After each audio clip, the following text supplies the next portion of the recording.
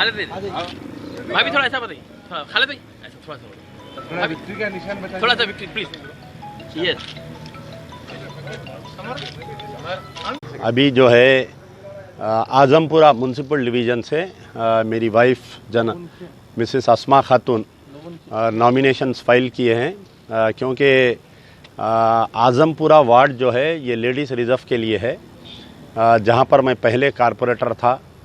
बदमाशी के तौर पे बोलिए या आपके ये वार्ड को रिज़र्व किया गया था, तो इस वार्ड के ऊपर अस्मा खातून एमबीटी सपोर्टेड कैंडिडेट की तरफ से नॉमिनेशन सभी फाइल किए हैं। मुझे उम्मीद है कि मेरा साबिक़ा रिकॉर्ड देखते हुए आज़मपुरे की आवाम भारी अक्सरियत से अस्मा खातून को कामयाब करेगी, पहली चीज़। अब दूसरी चीज़ ये है कि इतना आनंद फानंद में, इतनी गड़बड़ में, इतनी उजलत में, पता नहीं हमारे केसीआर साहब को कौन से पुजारी ने वक्त दे दिया या कौन सा ये लोग बताए ये इलेक्शन किया जा रहा है। यानी रिटर्निंग ऑफिसर्स को ट्रेनिंग नहीं दी गई, कोई मटेरियल नहीं है, फॉर्म्स नहीं है वहाँ पर, कोई यानी कोई मटेरियल ही नहीं है। रिटर्निंग ऑफिसर्स इतना परेशान हैं। और सबसे पहली चीज़ जो है नॉमिनेशन फॉर्म जो दिए, वो नॉमिनेशन फॉर्म में जो है सन ऑफ डॉटर ऑफ है, उसमें वाइफ ऑफ का जिक्र ही नहीं है उसके अंदर। यानी जो भी कैंडिडेट, अगर कोई लेडीज़ कैंडिडेट है, 50% रिजर्वेशन है आउट ऑफ 150, तो उसमें वाइफ ऑफ का जिक्र ही नहीं है उसमें। नॉमिनेशन में एक बहुत बड़ा डिफ़ॉल्ट है उसमें। और एक चीज़ ये कर रहे हैं कि जो प्रपोजर्स का सर्टिफिकेट्स दे रहे हैं, वो लोग जो सर्टिफिकेट्स दे रहे हैं प्रपोजर्स का असेंबली कॉन्स्टिट्यूंसी वाइज दे रहे हैं। यहाँ पर ये लोग जो चेक कर रहे हैं वो म्यूनसिपल डिवीज़न वाइज चेक कर रहे हैं, तो उसमें जो है सीरियल नंबर भी चेंज हो जा रहा, पार्ट नंबर भी चेंज हो जा रहा, पोलिंग बूथ भी चेंज, यानी किसी किस्म की तैयारी नहीं है, लेकिन इलेक्शन करवा दे रहे हैं।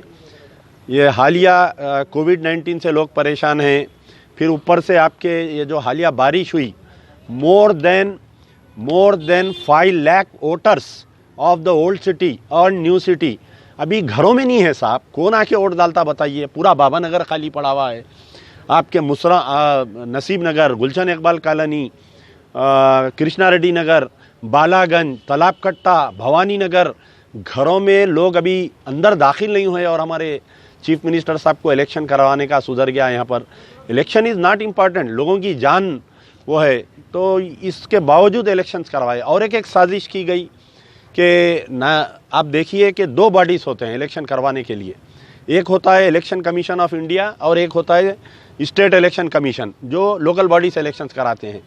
मजलिस बचाओ तहरीक एमबीटी जो है 1992 से रजिस्टर्ड है, इलेक्शन कमीशन ऑफ इंडिया में भी रजिस्टर्ड है, स्टेट इलेक्शन कमीशन में। यूनाइटेड आंध्रा जब तक था, हम जब तक भी इलेक्शन लड़े, तेलंगाना अलग होने के बाद में हालिया 2016 का जो इलेक्शन वो भी हम लड़े, हमारी बगैर इत्तला के हमारे को डी रिकग्नाइज कर दिया गया। रिसेंटली जो तेलंगाना में म्यूनसिपल बॉडीज़ के इलेक्शंस हुए, हमारे को मीटिंग में नहीं बुलाया जा रहा था, तो हम जाके मालूमात की रिकग्नाइज कर दिए। उसकी वजूहत क्या बोले तो बोल रहे हैं कि आप अकाउंट सबमिट नहीं करें, जबकि ऐसा कोई ऑर्डर नहीं है तेलंगाना स्टेट इलेक्शन कमीशन में आप कोई देना, क्योंकि हम इनकम टैक्स में बता रहे हैं हमारा पूरा, हम ये इलेक्शन कमीशन ऑफ इंडिया में बता रहे हैं, तेलंगाना स्टेट खैर हमारे साथ नाइंसाफ़ी की, तो हम 2 अक्टूबर के दिन फ्रेश एप्लीकेशन दिए रजिस्ट्रेशन के लिए, और क़ानूनन 15 दिन के अंदर हमारे को रजिस्ट्रेशन करके सर्टिफिकेट देना था।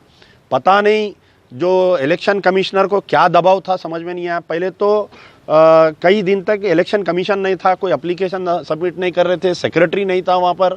नए इलेक्शन कमीशन आए, हम 2 अक्टूबर के दिन ले जाके सबमिट करें, तो 2 अक्टूबर से 15 दिन क्या होते बोलिए आप, तो 17 अक्टूबर तक हमारे को दे देना था। लेकिन हमारे को रोज़ाना मैं दफ्तर को चक्कर काटता रहा। इवन मैं 16 अक्टूबर के दिन, 17 अक्टूबर के दिन भी गया, इंस्पाइट ऑफ संडे सैटरडे, तो यही बोलते रहे कि आज शाम में दे रहे हैं आपको, सुबह में दे रहे हैं आपको। अचानक नोटिफिकेशन इशू कर दिया। अब नोटिफिकेशन इशू करने के बाद में कोर्ट में भी अगर हम गए तो हमारे को जो है कोर्ट यही बोलता है कि the ball has started running, आप बाद में आइए इलेक्शन के बाद में। खैर इलेक्शन कमीशन में जो हमारे साथ बदमाशी की गई, हम खामोश बैठने वाले नहीं है। Will go to high court, will go to Supreme Court. कौन बदमाशी किया, किसका एजेंट था, वो पूरा निकालेंगे, उसका करेंगे, अच्छा काम करेंगे, उसको नहीं छोड़ेंगे। तो अब ये है अच्छे माहौल में ये जो है बल्दिया का इलेक्शन हो रहा है। लेकिन जो टीआरएस की तरफ से जो हमारी मस्जिदों को ढा दिया गया, 4 मस्जिदों को, एयरपोर्ट की एक खाना मस्जिद, कोतागुड़म की जो फॉरेस्ट की मस्जिद और सेक्रेटेरिएट की 2 मस्जिद, उन तमाम को सबक सिखाने का अल्लाह ने मौका दिया। मेरे वालिद मरहूम अमानुल्लाह खान अक्सर कहा करते थे कि अगर किसी को अल्लाह ताला तबाही के रास्ते पर ले जाता है तो उसकी औलाद नहीं खींचता, उसकी शोहरत नहीं खींचता, उसकी जायदाद नहीं खींचता, सिर्फ और सिर्फ उसकी अक्ल पे पर्दा डाल देता।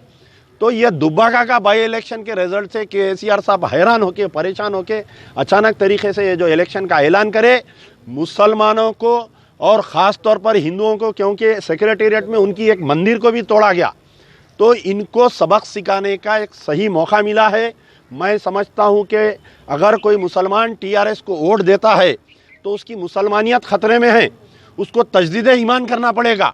उलमा मशाइखीन और ख़ास तौर पर वो बिरयानी उलमा मशाइखीन से मेरी गुजारिश है, खुदारा अब वक्त आ गया है, आपके ईमान को कसौटी पे घसने का वक्त आ गया है हर मुसलमान को। केसीआर, अरे बड़ी हंसी आई मुझे, केटी रामाराव साहब कल बोल रहे कि हमारा एमआईएम से झगड़ा है ओल्ड सिटी में।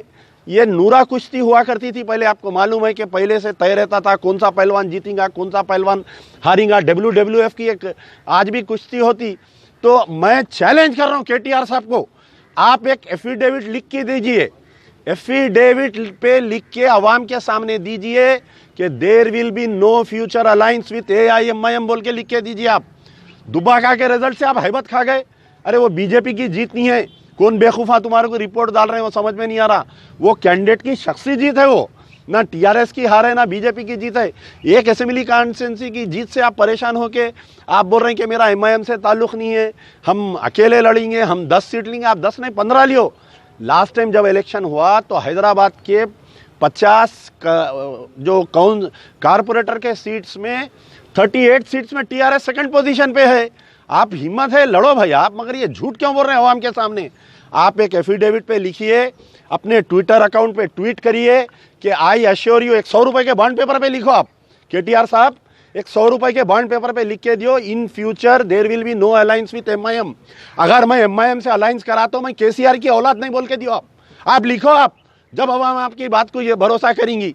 आप दिन में एक बात बोल रही हैं आप, अच्छा मुझे तो इतना यकीन है कि केटी रामाराव साहब शराब नहीं पीते, कोई पी के बयानात नहीं दिए होंगे, ये भी यकीन है मुझे। तो अवाम बेवकूफ़ है या आप अवाम को बेवकूफ़ बनाना चाह रही? आप बोल दे रही कल अगर आप अलायंस में आए, स्टैंडिंग कमेटी में अगर एमआईएम के मेंबर्स को जैसा साबिक़ा में लिए थे अगर आप दोबारा लेंगे तो मैं समझूंगा आप केसीआर की औलाद नहीं है। शुक्रिया।